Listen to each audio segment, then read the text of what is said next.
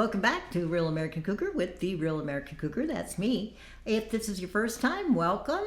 We've been getting a lot of viewing and a lot of attention on Facebook page of Real American Cougar.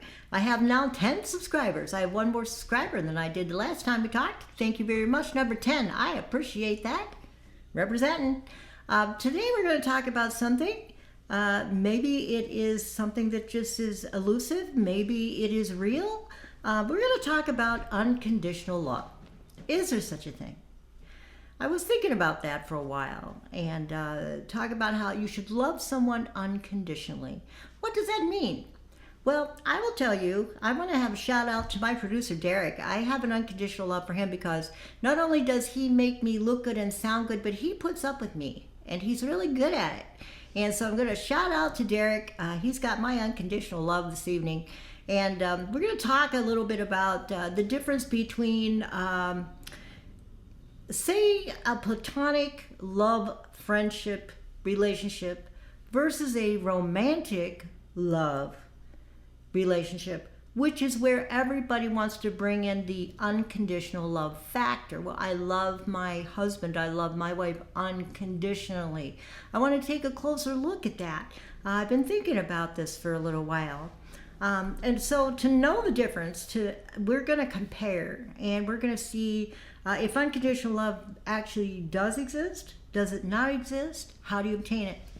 So first we're going to talk about platonic love. We're going to talk about the love of our friends, and this is the chill. Friends are looking for the chill. You want to hang out. You plan to be friends forever. Everybody plans to be friends forever. You're friends from kindergarten, first grade, right on up through. You graduate together, friends forever, knowing each other all your life. And you plan to be friends forever. But actually, in a friendship love, there is short-term planning. You plan from event to event.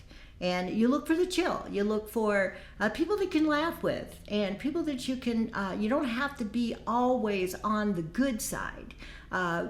You don't have to worry about your faults so much. You don't have to worry about making mistakes or saying the wrong thing because as friends, and you get to know people, you're more patient. You already know them. If you've known them for a long time and they're regulars that you hang out with, you already accept their attitudes and their personalities and their positive and negative traits. And you see them as an individual. You see that person as another individual, a separate individual from yourself. We don't tend to see in friendships, I don't tend to see, and from the research I've done, most people don't tend to see race, color, gender, etc. They just see that person as just a bud, just a work bud, a friend that they do certain sports with or go certain places with, a girlfriend that you call up and you talk to, get together, go shop and have coffee, get something to eat. You know, it's just you plan from event to event. I'm not saying that long-term friendships don't happen. They do. I have friends that I went to school with in elementary school that are still keep in touch with me once in a while on Facebook. We don't talk very often, but when we do, it's like we were never separated. And we still enjoy hearing from each other. I have one friend that lives down toward Pittsburgh. We've been friends since I was 3 and she was 5. We see each other every so often. We plan things. We love each other as friends, almost as sisters, because we spend so much time together through the summers. And we don't lose that bond. You keep that bond. It's something that's always there. So, you know, differences don't really matter. As friends, you don't really worry too much about what somebody looks like or what their religion is or what color they are. There's less discrimination between friends. Friends have separate life goals, and you see a friend, it's like, how you doing? Hi, how you doing? Sometimes you're serious. How you doing? What's up? What's up in your life? And they'll tell you what's going on, and you'll be supportive of them, or you know, you might empathize with them a little bit depending on what is going on with their life. But once you get through that, how's this going, then that's that. They've got goals, you've got goals, and so you tell them about yours and they tell you about theirs. So you got separate goals. Your lives go in separate directions sometimes, and you let each other know how's it's going. You have your own way of doing things and your own future that you're going to reach. Um, Friends are more quick to forgive and patch things up with each other. They want to just, they have separate lives, but they still want to maintain that connection. They understand, because they're more accepting, and they understand personality differences and attitudes of their friends over the years. They're quick to forgive and patch things up. They know that they're not going to lose that person. They know that they're not going to lose that person. They're friends. They have that friendship bond. Over the lifetime, things change. For the long term, myself, I have very few friends that are long-term friends, but they're very dear friends. I don't seek to know too much that's going on in their life. As long as they're happy, I'm happy. So you don't have to be certainly involved in everything that your friend does. They can fill you in now and then or not, and you're good with it. There is less physical interaction between friends. There's the regular hugs and the group hugs and the high fives and the crazy stuff that you do, the elbow bumps. These days we do the elbow bumps. There's things like that, but there's not a lot of physical interaction on a friend basis. As a romantic, you don't look for those sparks in a friend. You like them, they make you laugh, they're fun to be around, they're easy to get along with, they're reliable as far as helping you out if you need a friend, listening to you, helping you. You would do the same for them. It's kind of reciprocal because you're two different people. So there's not a lot of physical related activity unless you're friends with benefits. That sometimes comes out of necessity. I've never had a relationship like that, and I really don't care one way or the other. If you do have a relationship like that, it is totally based on what you need out of life and how far you want to go in a friend relationship. I've had platonic friends, guys, that I've become very close to, never had any physical interaction with. I think that if I would have had a physical interaction with some of these guys, it would probably have ruined our relationship. So we decided not to. We wanted to remain friends and have the pure love from the heart that we have for each other, right up until now, or until they pass. Some of my good friends have passed, but we've had that respect for each other and treat each other as separate individuals who have separate opinions and separate outlooks on life. And it's interesting to discuss those separate outlooks. So, versus the romantic relationship. Now, in the romantic relationship, you're not looking for the chill, you're looking for the thrill. This is where you're looking for sparks from the other person. You're looking to see how much that other person seems to be invested in you, how much of their attention that you can obtain. Passion. You're looking for a physical bond, a passion that's going to last for however long you can make it last. It's long-term planning. It's not event to event. Long-term planning happens in a romantic relationship. It's not just you and me. It's us. It's us. It's our life. It's us. It revolves around us. So it's not, you're a unit now. You're not each a separate person. You look at each other as a unit, which is nothing wrong with that. As long as this unit can function, two separate people can function together in the same direction. And usually that's what happens when you're looking for a long-term relationships. You have expectations. You know what type of person you're looking for. Do you want a tall guy? Do you want a short guy? Do you want a fat guy, a skinny guy? What color hair do you want? Do you want it long or short? Do you want them to have a sense of humor? Do you want that? What color would you date? Would you date someone out of your race? Would you date somebody that of a different intelligence level? I mean, we've got a list. We've got a shopping list when we meet people of expectations and criteria. This person needs to meet in order for us to remain interested or romantically pursue that person. I was just having a chat with a friend of mine. We're friends. He's local. We're friends on Facebook. We chat. We play pool, 8-ball pool and 9-ball pool online. And it's kind of fun. It's fun to do and see who wins whatever, and you can chat back and forth while you're playing the game. And he knows what I look like, but I have no idea what he looks like. So we got into this discussion about Would you be attracted to someone that you didn't know what they look like? Or would you be attracted to someone who was not attractive? And his point of view is you can't be attracted to someone unless they are physically attractive to you. That's his point of view. That's fine. I don't find that in my own circumstance. I like him. I've never seen him. Seems like a nice guy. Looks aren't as important to me. Actions are more important to me. Honesty is more important to me.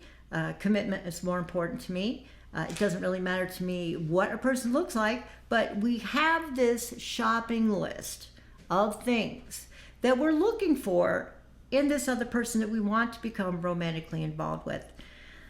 Now, there's another thing that people talk about, and that is love at first sight. So we got this shopping list of things that we're looking for in a prospective romantic partner. So what happens when love at first sight occurs? Well, what happens when love at first sight occurs is that you see this person and you assume they're attractive. You're looking for a 6 foot tall, blonde gentleman with long hair, no facial hair, physically fit, maybe a little bit of a pouch, but you don't want a lot, you don't want a beer belly or anything like that. Somebody with blue eyes. You've got all this thing. Well, when you first see this person, when love at first sight happens, it's because you assume that this person already has all the qualities that you're looking for in a romantic partner. So when you assume that this person already has all these qualities, then you are immediately attracted to them, and that is the effect of love at first sight. Some people it works for. Some people, they have that attraction. Maybe that person actually does meet all their qualifications when they first meet, and they do last forever or a long time. But basically, that is the mechanism of love at first sight. You assume that this person has the qualities that you're looking for.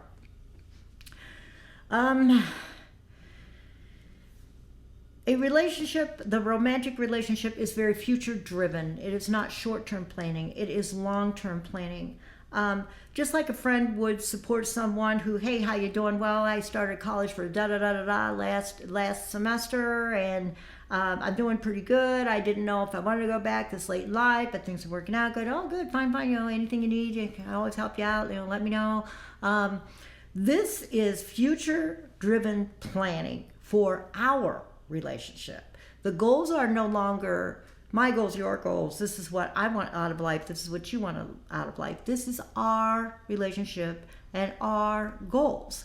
And you start thinking of what you want to do with this relationship to move forward, to grow together as a relationship. You become more melded as one personality instead of two separate people. And people expect that person to sometimes know what they're thinking, or know what they should want, or love them enough to know. There is no such a thing as love somebody enough to know. You can't read minds. We went over this before. You can't read anybody's mind. Yes, I believe in using future planning. If you're in a romantic relationship, I do believe in the R and the us. I do think that those things are better shared. But you really get into this meld of one person almost, that when one person looks at the other person and they think, because everybody has doubts once in a while, they think, well, this person isn't working quite as hard on the relationship as I am. They're not giving me the amount of love that I'm giving them. Then some problems can arise. Then you're not you're not us. If you see that you don't think that person is putting as much effort into everything as you are, then you don't see yourself as an us. And there's always that in the back of your mind, letting go of that. Friends don't think about letting go. Friends know that they're there when they want to be together. The rest of the time they're doing whatever they got to do. But romantic relationships are more that the us thing is going to do this together, that together. This is our common goal. And when you don't see that somebody else is putting as much effort into the relationship as you are, then that can make or break the relationship right there. So that's a big difference in the romantic relationship. We're looking for the sparks too. We're looking for those sparks. We're very physically driven. That is the goal of two people together. The goal is to be affectionate, to be in that person's arms, to kiss, to hold each other. It's much more a physical thing. You pretty much expect the physical thing from that person. When you're in a romantic relationship, you expect something from them. Those little gestures that say, I love you. Those little gestures that say, yeah, I belong to you. I'm yours. Should somebody belong to somebody? I don't know. But, to say that I'm committed to you. Those little gestures are what we're looking for. In a friendship, you're all inclusive. Like we said, there's no discrimination. It doesn't matter how tall you are, how short you are, how much you weigh, what background you're from. It matters in a romantic relationship. It matters because of your upbringing. You may be brought up to, I'll tell on myself. I was brought up, I was not allowed to date anyone of a different color. I was only allowed to date a white man who was not Catholic. That was what I was brought up, and that was my requirement. Now I am an adult, and I've been an adult for quite some time, and it doesn't matter to me. The religion doesn't matter to me. It really doesn't matter to me. The race doesn't matter to me. I like to know all different kinds of people with all kinds of backgrounds. It's very interesting. You learn a lot. More accepting of other people than the generation before me, I would say. But we're not all romantic relationships are not all inclusive. They are exclusive. This is what you're looking for. And of course, they're exclusive in the fact that you want this one person. You're not going to go out and hang out and enjoy all your time with all of everybody else. Most of your time is centered on the one person, so it's exclusive. So, which do you feel is more of an unconditional love? Everyone says that you're supposed to have unconditional love for your romantic partner. A survey was done of 100 married couples, and out of those 100 married couples, 44% said that their partner was also their best friend. They had the friend relationship in the romantic relationship. I tend to think that it's better to be friends and get to know somebody and be actual friends before just having that spark and wanting to jump right in and get together and see how it works out. The more that we can treat our partner like a friend, like an individual, respect their own individual goals, expect them to work with us as well and have a future with us, but we need to respect their individual goals, support them in their individual goals, be more accepting of them. If this person is really your friend in a romantic relationship and you want to keep that friendship part of it going, then you need to be considerate of them as friends. Get to know their personality traits. Be more forgiving. Be more accepting. There's things that people say, well, you go out with somebody, there are deal breakers. I agree. There are certain very serious things that can be a deal breaker. But if your guy just leaves a trail through the house and there's only the two of you don't have to worry about kids, you ain't got nothing else to do, is it really that big of a deal? You can ask him to clean it up a little bit. Maybe he will. Maybe he doesn't clean it all up. Is it that big of a deal? Compared to the good things that he does for you and that he's always there for you. Romantic people should have each other's back. They should stand by the other person. They should back up the other person. They should take up for the other person when they know the other person is right. They can even stand by another person and they don't even have to say anything if they don't think the other person is right. But, you need to have that other person. You need to have each other's back. You need a relationship where you're going to be there for that person through the good and bad, and they're going to be there for you through the good and bad. If you treat the other person as a friend, you'll get through the ups and downs of life a lot more easily. You'll be more forgiving. A lot of romantic relationships, when those ups and downs come through and the expectations are being broken and we're not seeing that person, that perfect image that we have in our mind, it's not so easy to get through together the ups and downs that relationships have, and they do. Every relationship has ups and downs. There's no way around it. And it's just easier if you have each other's back as friends to get through life. The sparks are all great. I mean, that's great. The physical, the kissing, the loving. I mean, who doesn't want that? That's all great. There's no right or wrong way to have a relationship. But the point I want to make is keep friendship in your romantic relationship. If you keep friendship in your romantic relationship and you treat that person as an individual, respect their goals and their opinions, you don't have to agree with them. The other person doesn't have to agree with you. As a friend, just like a friend would do, you can accept somebody else's opinion. A friend might even tease you a little bit about your opinion. I don't know if that'd be the best thing to do, but you can respect somebody else's opinion. You can respect if somebody else doesn't agree with you. I like people not to agree with me once in a while because I learn things that way. Sometimes I'm not doing everything the right way or a better way. Sometimes, I need a little direction. I don't know everything. You don't know everything. Nothing is written in stone. There's an old saying that says, God stands beside you and chuckles when you're making plans. And I believe that, our plans don't always work out the way we want them to. But I feel in a romantic relationship, if you want to have the unconditional love that everybody dreams about in a relationship, a romantic relationship, you got to look at it as living with your friend. You got to look at it as a commitment between two friends. Unconditional, accepting. Who cares what their religion is unless it's that big of a deal to you, the way you're raised, that matters. But there's so many ways to be a real true friend to your romantic partner and show some unconditional love. Don't base your relationships, try not to, on the conditions that you want somebody to meet. A lot of people try to change other people to meet those conditions, and that's a very hard thing to do. Doesn't always work out real well.